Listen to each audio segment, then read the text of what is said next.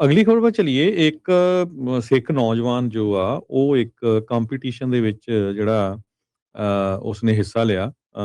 ਆਪਣੇ ਅੰਗਦ ਸਿੰਘ ਨਾਮ ਦਾ ਨੌਜਵਾਨ।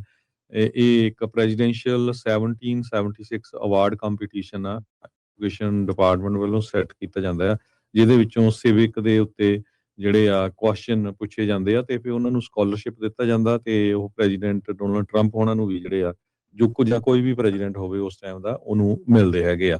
ਇਹਦੇ ਵਿੱਚ ਆਨਲਾਈਨ ਸਿਵਿਕ ਟੈਸਟ ਹੁੰਦਾ, ਰੀਜਨਲ ਰਾਊਂਡ ਤੇ ਨੈਸ਼ਨਲ ਫਾਈਨਲ ਜਿਹੜਾ ਆ ਉਹ ਕੈਨੇਡੀ ਸੈਂਟਰ ਵਾਸ਼ਿੰਗਟਨ ਡੀਸੀ ਦੇ ਵਿੱਚ ਜੂਨ 30 ਨੂੰ ਵਾਪਰਿਆ।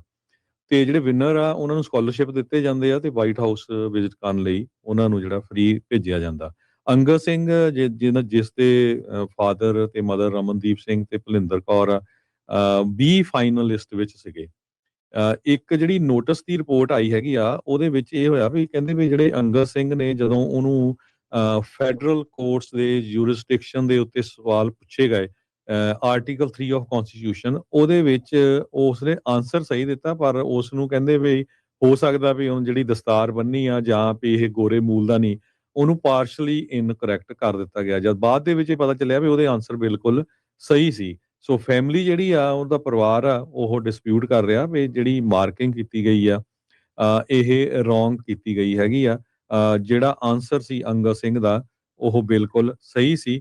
ਸੋ ਉਸ ਨੂੰ ਉੱਥੋਂ ਨੰਬਰ ਕੱਟ ਕੇ ਉਹ ਜਿਹੜੇ 3 ਕੈਂਡੀਡੇਟ ਸੀਗੇ ਆਉਣੇ ਉਹਨਾਂ ਤੋਂ ਬਾਹਰ ਕਰ ਦਿੱਤਾ ਗਿਆ ਹੈਗਾ ਆ। ਸੋ ਇਹ ਕਾਫੀ ਜਿਹੜੀ ਕੰਟਰੋਵਰਸੀ ਆ ਅੱਜ ਕੱਲ੍ਹ ਸੋਸ਼ਲ ਮੀਡੀਆ ਦੇ ਉੱਤੇ ਵੀ ਹੋਰ ਕਾਫੀ ਜਿਹੜੀ ਫੈਲ ਰਹੀ ਆ।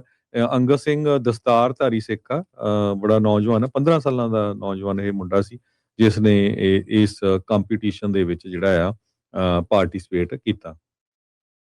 ਅਮਰੀਕਾ ਦੀ 250 ਸਾਲਾ ਐਨੀਵਰਸਰੀ ਦੇ ਉੱਤੇ ਪ੍ਰੈਜ਼ੀਡੈਂਸ਼ੀਅਲ 1776 ਅਵਾਰਡ ਦੇ ਵਿੱਚ ਪਾਰਟਿਸਿਪੇਟ ਕਰ ਰਿਹਾ ਸੀ। ਫਿਰ ਜਿਹੜੇ 3 ਟੌਪ ਦੇ ਉੱਤੇ ਆਏ ਉਹਨਾਂ ਨੇ ਜਿਹੜਾ ਉਹਨਾਂ ਨੂੰ ਮੁਲਾਕਾਤ ਕਰਨ ਦਾ ਪ੍ਰੈਜ਼ੀਡੈਂਟ ਦੇ ਨਾਲ ਮੌਕਾ ਜਿਹੜਾ ਮਿਲਿਆ। ਪਹਿਲਾਂ ਤਾਂ ਜਿਹੜੇ ਉਸਦੀ ਮਦਰ ਆ ਉਹ ਤਾਂ ਮਤਲਬ ਉੱਥੋਂ ਜਾ ਰਹੇ ਸੀਗੇ ਤੇ ਲੋਕਾਂ ਨੇ ਉਹਨਾਂ ਨੂੰ ਰੋਕਿਆ ਵੀ ਇੱਦਾਂ ਜਿਹੜਾ ਤੁਹਾਡੇ ਨਾਲ ਇਸ ਤਰੀਕੇ ਦੇ ਨਾਲ ਹੋਇਆ ਆ।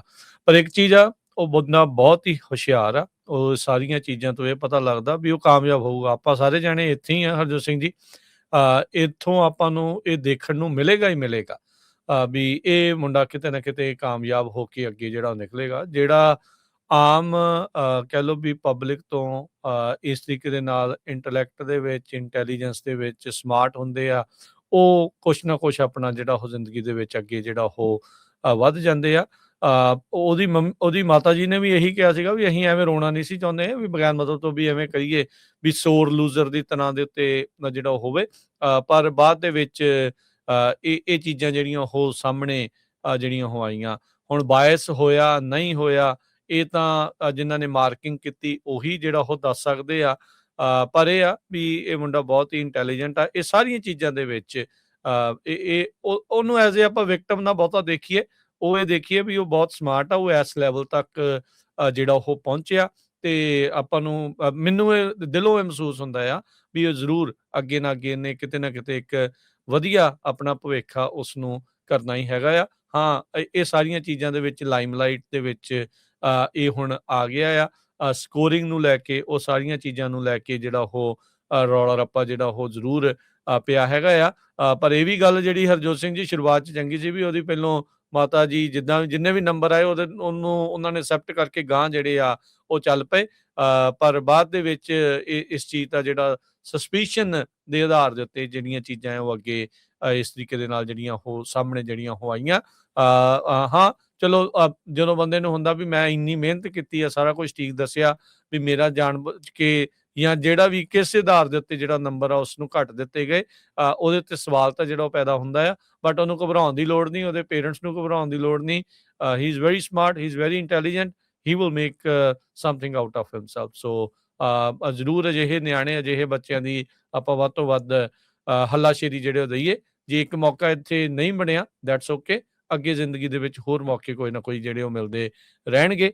ਤੇ ਨਾਲ ਇਹ ਵੀ ਆ ਹਰਜੋਤ ਸਿੰਘ ਜੀ ਵੀ ਆਪਾਂ ਕੋਸ਼ਿਸ਼ ਕਰੀਏ ਵੀ ਆਪਣੇ ਜਿਹੜੇ ਨਿਆਣੇ ਜਿਸ ਤਰੀਕੇ ਦੇ ਨਾਲ ਅੰਗਦ ਸਿੰਘ ਦੀ ਇਹਦੀ ਕੋਸ਼ਿਸ਼ ਆ ਕੌਨਸਟੀਟਿਊਸ਼ਨ ਦੇ ਵਿੱਚ, ਉਹ ਇੰਨਾ ਕਹਿ ਲਓ ਵੀ ਨਿਪੁੰਨ ਹੈਗਾ ਆ, ਇੰਨਾ ਉਹ ਜਾਣਦਾ ਆ ਤੇ ਇਸ ਤਰੀਕੇ ਦੇ ਨਾਲ ਉਹ ਅੱਗੇ ਵਧੇ। ਸੋ ਜਦੋਂ ਫਾਈਨਲ ਉੱਦਾਂ ਔਨ ਸਕਰੀਨ ਸਕੋਰ ਬੋਰਡ ਜਿਹੜਾ ਉਹ ਆਇਆ ਤੇ ਅੰਗਦ 6ਵੇਂ ਨੰਬਰ ਦੇ ਉੱਤੇ ਆਇਆ ਸੀ 16 ਪੁਆਇੰਟ ਦੇ ਨਾਲ। ਮਿਸ਼ੀਗਨ ਪਹਿਲੇ ਨੰਬਰ ਤੇ ਸੀਗੀ ਜਿਹੜੇ ਆ ਉਹ 23 ਪੁਆਇੰਟਾਂ ਦੇ ਨਾਲ। ਸੋ ਇਸ ਤਰੀਕੇ ਦੇ ਨਾਲ ਜਿਹੜਾ ਹਰਜੋਤ ਸਿੰਘ ਜੀ ਚੀਜ਼ਾਂ ਜਿਹੜੀਆਂ ਉਹ ਸਾਹਮਣੇ ਜਿਹੜੀਆਂ ਉਹ ਆਈਆਂ। ਸੋ ਹੋਪਫੁਲੀ ਆਉਂਦੇ ਸਮੇਂ ਦੇ ਵਿੱਚ ਇਹ ਚੀਜ਼ਾਂ ਜਿਹੜੀਆਂ ਉਹ ਕਰੈਕਟ ਹੋਣ ਤੇ ਅਸੀਂ ਉਮੀਦ ਕਰਦੇ ਹਾਂ ਵੀ ਵਾਕਿਆ ਹੀ ਕੋਈ ਇਹ ਡਿਸਕ੍ਰਿਮੀਨੇਸ਼ਨ ਵਾਲਾ ਰੌਲਾ ਨਾ ਹੋਵੇ, ਕੋਈ ਨਾ ਕੋਈ ਟੈਕਨੀਕਲ ਜਿਹੜੀ ਇਸ ਦੇ ਵਿੱਚ ਗੱਲ ਜਿਹੜੀ ਹੋਵੇ। ਬਾਕੀ ਇਹਦੇ ਵਿੱਚ ਕੋਈ ਦੋ ਰਾਵਾਂ ਨਹੀਂ ਆ, ਦੁਨੀਆ ਦੇ ਵਿੱਚ ਬਹੁਤ ਥਾਵਾਂ ਦੇ ਉੱਤੇ ਇਸ ਤਰੀਕੇ ਦੇ ਨਾਲ ਜਿਹੜੀਆਂ ਡਿਸਕ੍ਰਿਮੀਨੇਸ਼ਨ ਤੇ ਹੋਰ ਚੀਜ਼ਾਂ ਹੋ ਵੀ ਜਾਂਦੀਆਂ ਆ। ਇਹ ਬਟ ਧੱਕਾ ਹੁੰਦਾ, ਆਪਾਂ FIFA ਹਾਂ ਵਰਲਡ ਕੱਪ 'ਚ ਵੀ ਦੇਖਿਆ ਹੀ ਆ ਵੀ ਰੈੱਡ ਹਾਂਜੀ ਕਾਰਡ ਨਹੀਂ ਯੈਲੋ ਮੈਂ ਕਾਰਡ ਉਹੀ ਕਿੱਦਾਂ ਵੀ ਹੋਏਗਾ, ਧੱਕਾ ਹਨਾ ਹੁੰਦਾ ਰੈੱਡ ਆ। ਕਾਰਡ ਬਟ ਇਹ ਆ ਵਾਪਸ ਵੀ ਕੋਈ ਨਹੀਂ, ਪਰ ਹੁਣ ਅੱਗੇ ਵਧੀਏ ਇਸ ਚੀਜ਼ ਤੋਂ, ਅੱਗੇ ਆਪਾਂ ਸੋ ਵਧੀਏ ਯਾਰ। ਮੀਡੀਆ ਦੇਖੋ ਵੀ ਜਿਹੜਾ US ਦਾ ਮੀਡੀਆ ਉਹ ਕਹਿ ਰਿਹਾ ਵੀ ਹਨਾ ਇਹ ਦੇਖੋ ਕੀ ਹੋਇਆ। ਪਰ ਜਿਹੜੀ ਡਿਪਟੀ ਚੀਫ ਆਫ ਸਟਾਫ ਆ ਚੇਜ ਫੋਰੈਸਟਰ, ਐਜੂਕੇਸ਼ਨ ਸੈਕਟਰੀ ਲਿੰਡਾ ਮੈਕਮੋਹਨ ਦੀ, ਉਹਨਾਂ ਨੇ ਕਿਹਾ ਵੀ ਜੱਜਸ ਦੀ ਜਿਹੜੀ ਆ ਉਹਨਾਂ ਦੀ ਇੰਡੀਪੈਂਡੈਂਟ ਗੁੱਡ ਫੇਥ ਜੱਜਮੈਂਟ ਆ ਤੇ ਉਹਨਾਂ ਦਾ ਜਿਹੜਾ ਡਿਸੀਜਨ ਆ ਉਹ ਫਾਈਨਲ ਆ ਕੰਪੀਟੀਸ਼ਨ ਰੂਲ ਦੇ ਮੁਤਾਬਕ।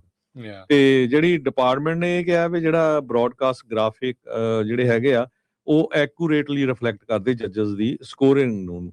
ਤੇ ਕਹਿੰਦੇ ਭਈ ਜਿਹੜੇ ਜੱਜਸ ਆ ਉਹ ਇੰਡੀਪੈਂਡੈਂਟਲੀ ਹੈਂਡਲ ਕੀਤੇ ਗਏ ਆ James medicine memorial fellowship foundation ਵੱਲੋਂ। ਪਰ ਜਿਹੜੀ ਕੰਟਰੋਵਰਸੀ ਆਈ ਆ ਉਹਦੇ ਚ ਕੱਲਾ ਇਹ ਨਹੀਂ ਮੈਂ ਕਹਿ ਰਿਹਾ, ਪੂਰਾ USA ਦੇ ਮੀਡੀਆ 'ਚ ਇਹ ਕਹਿ ਰਹੇ ਆ ਵੀ ਫਾਰਮਲ ਇਨਕੁਆਇਰੀ ਹੋਣੀ ਚਾਹੀਦੀ ਹੈ ਇਸ ਕੰਪੀਟੀਸ਼ਨ ਦੀ। ਪਰ ਜਦੋਂ ਅੰਗਦ ਸਿੰਘ ਨੂੰ ਪੁੱਛਿਆ ਉਹ ਕਹਿੰਦਾ ਵੀ ਮੈਨੂੰ ਹੁਣ ਇਹਦੇ ਬਾਰੇ ਪਤਾ ਨਹੀਂ ਕੁਝ ਵੀ, ਪਰ ਜੇ ਕਿਸੇ ਤਰ੍ਹਾਂ ਦੀ ਗਲਤੀ ਹੋਈ ਆ ਤੇ ਇਹ ਐਡਰੈਸ ਕਰਨੀ ਚਾਹੀਦੀ ਆ on behalf of every kid, not me. ਚਲੋ ਸਾਰਿਆਂ ਦੇ ਲਈ ਜਿਹੜਾ ਉਹ ਦੇਖਣ। ਬਾਕੀ ਇਹ ਚੀਜ਼ ਤੇ ਜਿਹੜੀ ਇਹਦੇ ਵਿੱਚ ਤਾਂ ਹਰਜੋਤ ਸਿੰਘ ਜੀ ਇਹਦੇ ਵਿੱਚ ਕੋਈ ਦੋ ਰਾਵਾਂ ਨਹੀਂ ਆ ਵੀ ਮੁੰਡਾ ਬਹੁਤ ਹੁਸ਼ਿਆਰ ਆ, ਇੰਟੈਲੀਜੈਂਟ ਆ ਤੇ ਕੋਈ ਨਾ ਕੋਈ ਕਾਮਯਾਬੀ ਜਿਹੜੀ ਇਸ ਨੂੰ ਮਿਲਣੀ ਹੀ ਜਿਹੜੀ ਉਹ ਮਿਲਣੀ ਹੈਗੀ ਆ।